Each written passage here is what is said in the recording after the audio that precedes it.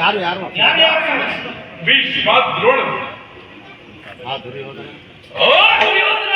ಅದನ್ನು ಸಹ ಕೆಲಸವಿಲ್ಲ ಈ ದುರ್ವಾರ್ತೆಯನ್ನು ಕೇಳಬೇಕೆಂದರೆ ನಿನ್ನ ಇಚ್ಛೆ ಸಾರಿಸು, ಚೆನ್ನಾಗಿ ಸಾರಿಸು. ಸೋದರೇ, ನಿಮ್ಮ ಮೋಸವನ್ನು ನೀವೇ ಹೊಂದಿಸಿ ಅದರಲ್ಲಿ ಈ ನಿಯಮನು ನಾವು ಆರೋಪಿಸುವುದಿಲ್ಲ. ಯಾಕೆ ಶ್ರೇಣಿ ಏನು ನಿರಾಶನ ಬೇಡ. ಈ ನಿಯಮದ ಬದುಕಿದ್ದರೆ ನಿನ್ನ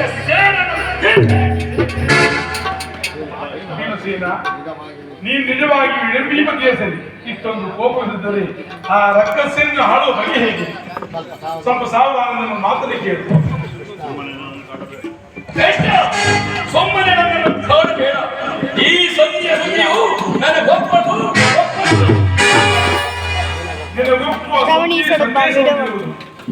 ಆ ದುರ್ಯೋಧನಿಗೆ ಸಂದೇಶವನ್ನು ಕಳಿಸಿ. ಸಂದೇಶ ದುರ್ಯೋಧನ ಸಂದೇಶ. ಹಾಗಾದರೆ ಅದರ ಉದ್ದೇಶವು ಸಂಧಿಯಾಗಿಲ್ಲ. ಅದನ್ನು ಕೇಳುವ ಹೆಚ್ಚಿದ್ದರೆ ಅದನ್ನು ಕೇಳುವ ಮೊದಲು ನೀ ಸಾವಧಾನ ನನ್ನ ಪಕ್ಕದಲ್ಲಿ ಕೈ ಕಟ್ಟಿಕೊಂಡು ಕುಳಿತುಕೊಳ್ಳಬೇಕು. ಕುಳಿತುಕೊಳ್ಳದವರದ್ದು ಅದನ್ನು ಹೇಳಲಾಗಿದೆ. ಪರ್ಯಾಸ್ಯವು ಭೀಮಸೇನ, ನಿನ್ನನ್ನು ಕಂಡರೆ ನನಗೆ ಎಷ್ಟೊಂದು ಭಯ. ನಿನ್ನ ಗದೆ ದೂರವಾಗಿಟ್ಟು ನನ್ನ ಪಾಶದಲ್ಲಿ ಕೈಗಟ್ಟಿಕೊಂಡು ಕುಳಿತುಕೋ.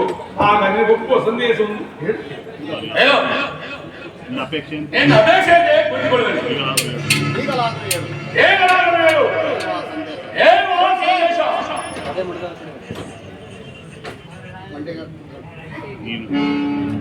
ನೀನು ಕೋಪ ಮಾಡುವುದಿಲ್ಲವಂತೆ.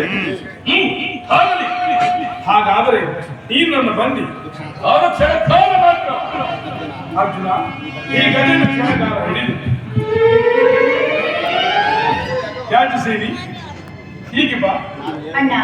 ನಾನು ಹೇಳಿದಂತೆ ಮಾಡಬೇಕು ಕಡೆಯ. ಹಾಗಾದರೆ ತೆಗೆದುಕೋ ಈ ಹೆಗ್ಗವನ್ನು. ಈ ಗಟ್ಟಿದ ನನ್ನ ಪ್ರತಿ ಕರಗಳನ್ನು ಇದು ನನಗೊಂದು ಕಡೆ ಪುರಸ್ಕಾರ ದೊರಕಿತ್ತು. ಈ ಹೆಗದಿಂದ ನನ್ನ ಕರಗಳ ಪ್ರತಿಯ ಕರಗಳನ್ನು ಬಂಧಿಸಿ. ಪರ್ಯಾಸ್ಯವನ್ನು ತಂಗಿ ನೀನು ಶತ್ರುಗಳ ಎಡೆಮುರುಗಿ ಬಿಡಿಸಲು ಬಾ ಮಟ್ಟಿಗೆ ಎಂದೆ. ಹಾಗಾಗಿ ಅದರಂತೆ ನಿನ್ನ ಪ್ರತಿಯ ಕೈಗಳನ್ನು ಬಂಧಿಸಲು ಬರುವುದೋ ಇಲ್ಲವೋ ನೋಡೋಣ. ಆ ಸಂದೇಶವನ್ನು ಕೇಳುವ ಇಚ್ಛೆ ಪಾಂಚಾಲಿ ಯಾವ ರೀತಿ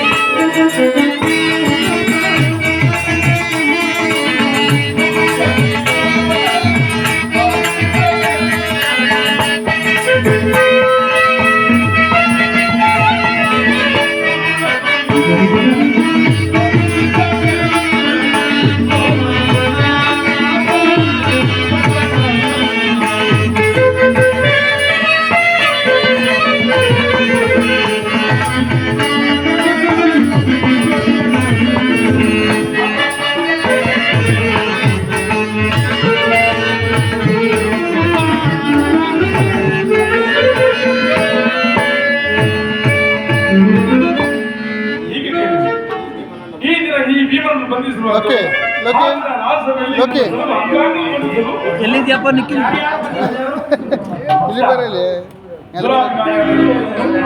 ಬರಲಿ